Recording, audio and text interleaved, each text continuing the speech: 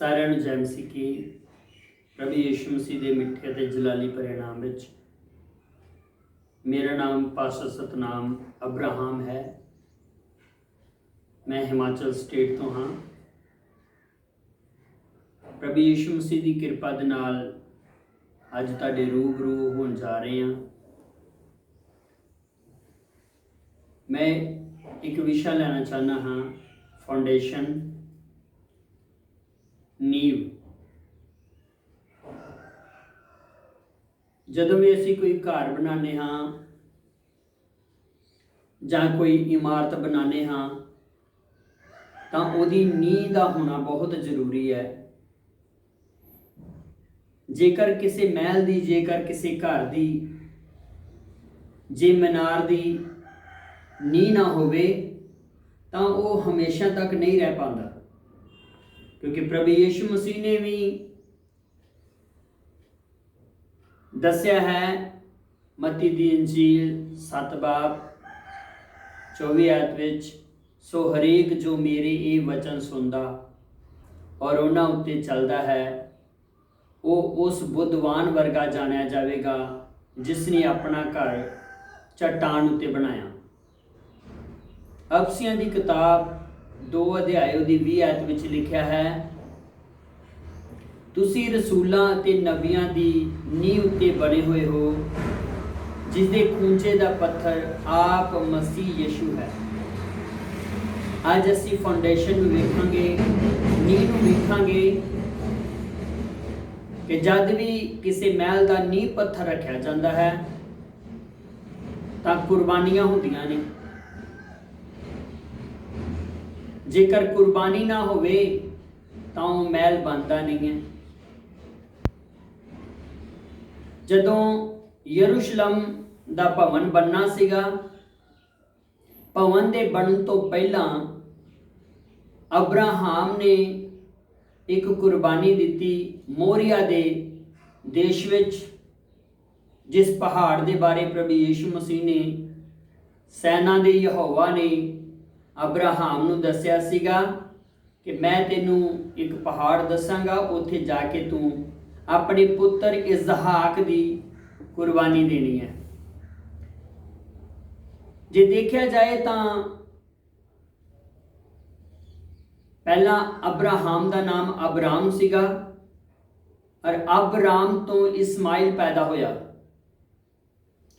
18 अध्याय विच, उत्पत्ति दे 18 अध्याय विच अब्राहम और सारा बहुत बुजुर्ग ने और स्वर्ग तो स्वर्गीय पिता शरीर लैके धरती उत्ते आया।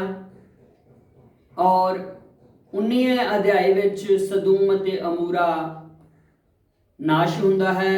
20 अध्याय विच गरार दा राजा सारा नूं पसंद करदा है। विचार करो, सोचो कि जद अब्राहम और सारा बुजुर्ग ने, और कौन 90 साल दी बुजुर्ग नाल शादी करेगा? इसका ये मतलब है कि इहदे विच कोई मिनिस्ट्री है, भेद है कि 18 अध्याय विच बुजुर्ग ने और 19वें अध्याय विच सदूम ते अमूरा नाश हुंदा है, ते 20वें अध्याय विच गरार दा राजा अबीमलक सारा नूं पसंद करदा है। खुदा ने इहदे विच एक भेद रखिया, अब्राहम और सारा दी दे बदली।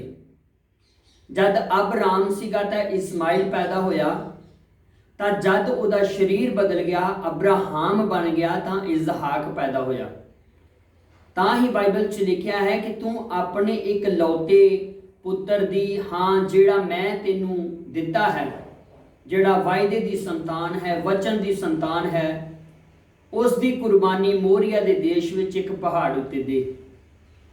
जद यरूशलेम दा भवन बनना सी और अब्राहम ने उत्थे इसहाक दी कुर्बानी देने दे लई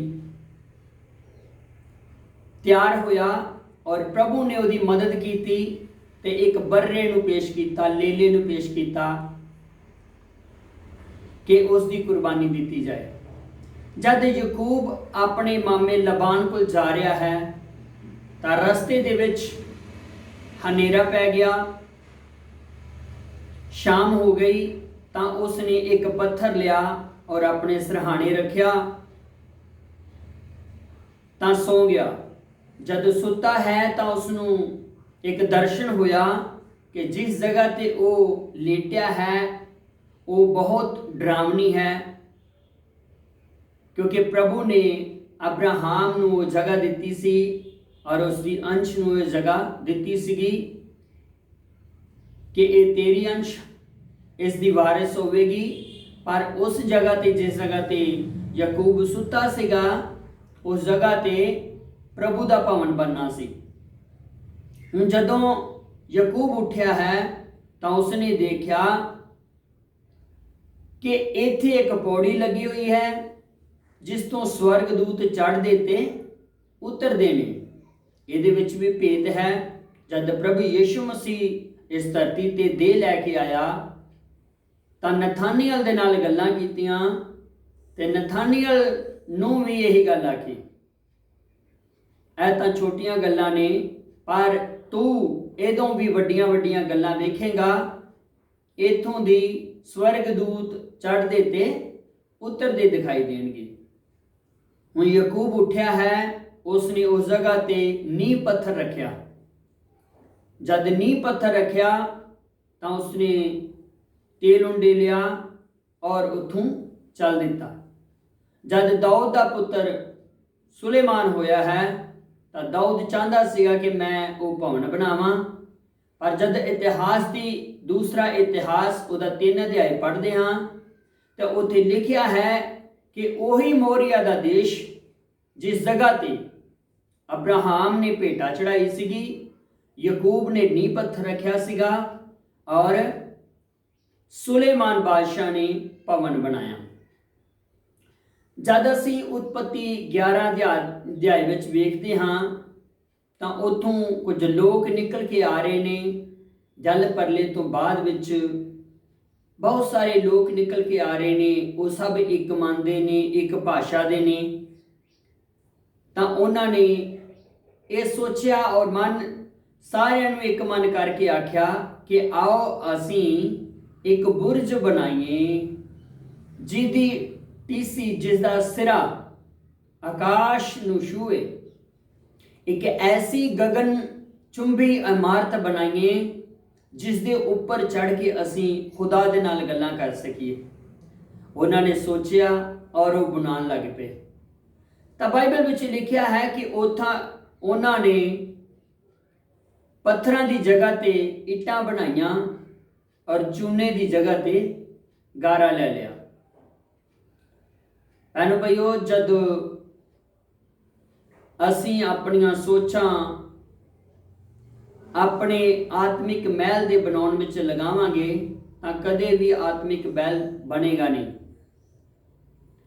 जे असी दुनियावी महल बनाउणा है तो उसकी नींह डूंगी पुट्टनी पेगी, वधिया सानू पत्थर पाना पवेगा, वधिया तरीके दे नाल बनाना पवेगा। जद इन्हां ने पत्थरां दी जगह ते इट्टां लईयां, चूने दी जगह ते गारा लिया, तो बाइबल विच लिखिया है कि खुदा ने देखा कि ये सब एक मन दे लोग ने, इन्हां ने जो ठानिया है वो इन्हां ने कर लेना है। जद वो सोच रहे सीगे ते बना रहे सीगे ते एक मन दे नाल वो कह रहे सीगे, जदों भी सब लोगों नूं आवाज़ मारी जाती भी लियाओ इट्टां, तो वो सारे ही लोग इट्टां लैके आउंदे। जे वो कहते कि लियाओ गारा तो सारे ही गारा लैके आउंदे, क्योंकि भाषा एक सीगी। जिथे 2 या 3 प्रभु यीशु मसीह ने कहा मेरा नाम लैके एक मन दे नाल बैठणगे, मैं उस जगह ते हाज़र हाँ। जिथे भी एक मन दे नाल लोग इकट्ठे होंदे ने उत्थे खुदा उतर आउंदा। एवें लोग भावें खुदा दे विरुद्ध काम कर रहे सीगे लेकिन खुदा नूं आना पिया। उत्थे लिखिया कि आओ असी उतरीए और इन्हां दी भाषा च बिगाड़ करिए। गड़बड़ी क्यों पई, इन्हां दा काम क्यों रुक गया? क्योंकि परमेश्वर दी सोच तो परे चले गए। इन्हां ने परमेश्वर दी सोच नूं पिछे हाँ रख के अपनी सोच नूं मिलाया, क्योंकि इन्हां ने पत्थरां दी जगह ते इट्टां लईयां और चूने दी जगह ते गारा लिया। पत्थर सोच ने खुदा दी, चूना सोच है खुदा दा, पर इट्टां सोच है मनुख दियां, गारा सोच है मनुख दा। जद असी भैनों भाईओ अपना आत्मिक महल बना रहे हैं, जे इन्हां विच किसी मनुख की सोच आ जाएगी ना, वचन तो हट के, इन्हां लिखतां तो हट के मनुखी सोचां आ जाएगियां, तो साडा कदे भी आत्मिक महल बनेगा नहीं। जरूर है कि वो रुकावट विच आवेगा। जद ये बना रहे सीगे तां इन्हां दे काम दे विच गड़बड़ आ गई। इत्थे पवित्र आत्मा उतरिया ते इन्हां दी भाषा दे विच बिगाड़ पाया। भैनों भाईओ, जदों भी एक मन लोक हुंदे ने तां पवित्र आत्मा उतर आंदा है। आत्मा उत्पत्ति दी किताब दे विच भी मंडला रिहा सीगा, आत्मा इत्थे भी मंडला रिहा सीगा जदों ये एक मन दे नाल बुरज बना रहे ने। आत्मा उस वेले भी मंडला रिहा सीगा जदों प्रभु यीशु मसीह ने इस संसार विच आउणा सीगा। वो देख रहा सीगा कि किहड़ा दिल मैनूं साफ सुथरा मिले जिस दे विच जाके मैं अपना घर करां। तां आत्मा मंडला रिहा सीगा ते उसने कुआरी मरियम दे नाल गल्लां कीतियां और ओहदे हिरदे विच उतर आया। जदों आत्मा पंतेकुस्त नूं मंडला रिहा सीगा तां वो सब जन एक मन दे नाल बैठे सीगे, तां पवित्र आत्मा उन्हां दे विच आ गया।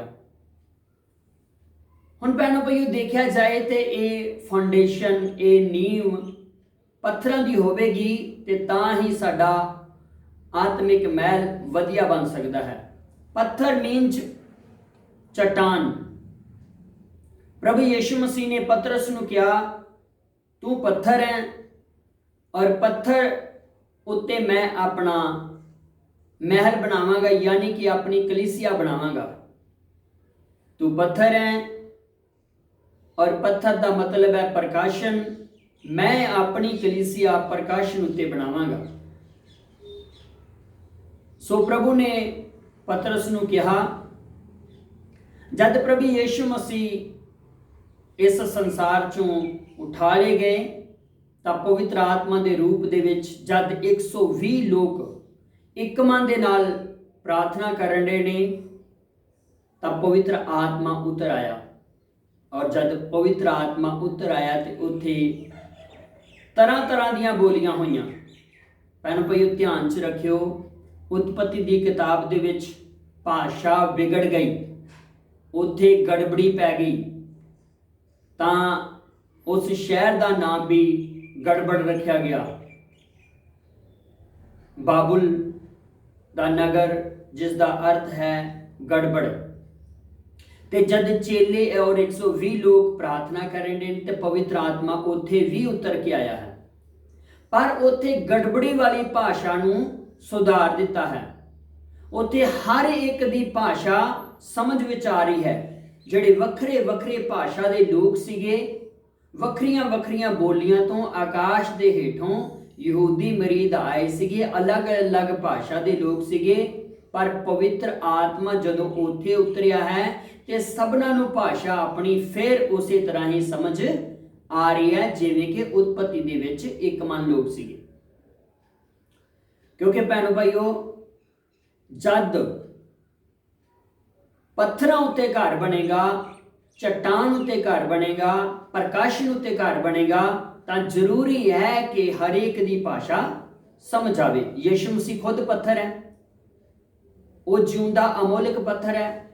उन्हें पतरस नूं भी पत्थर बनाया और पतरस ने सानू भी पत्थर ही कहा कि तुसी भी जिउंदे पत्थरां दी न्याई एक मन हो के आत्मिक महल उसरदे जाओ। तो भैनों भाईओ, वो आत्मिक महल कलीसिया दी शुरुआत सी, वो साडियां नीआं हैं। जिवें अफसियां दी किताब 2 अध्याय ओदी 20 आयत विच असीं पढ़दे हां, पौलुस रसूल ने आख्या, तुसीं रसूलां अते नबियां दी नींह उत्ते बने हुए हो, जिस दे खूंचे दा पत्थर आप मसीह यीशु है।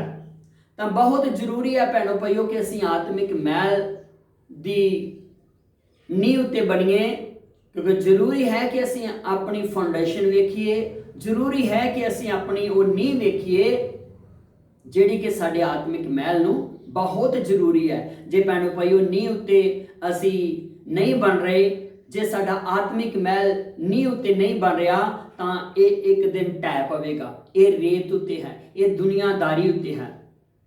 ਸੋ ਪ੍ਰਭੂ ਯਿਸੂ ਮਸੀਹ ਦਾ ਧੰਨਵਾਦ। ਬਾਕੀ ਦੇ ਹਿੱਸੇ ਨੂੰ ਅਸੀਂ ਅਗਲੇ ਐਪੀਸੋਡ ਵਿੱਚ ਦੱਸਾਂਗੇ। ਸੋ ਪ੍ਰਭੂ ਤੁਹਾਨੂੰ ਬਹੁਤਾਇਤ ਦੀ ਬਰਕਤ ਦੇਵੇ। ਜੈ ਮਸੀਹ ਕੀ, ਖੁਦਾ ਬਰਕਤ ਦੇਵੇ।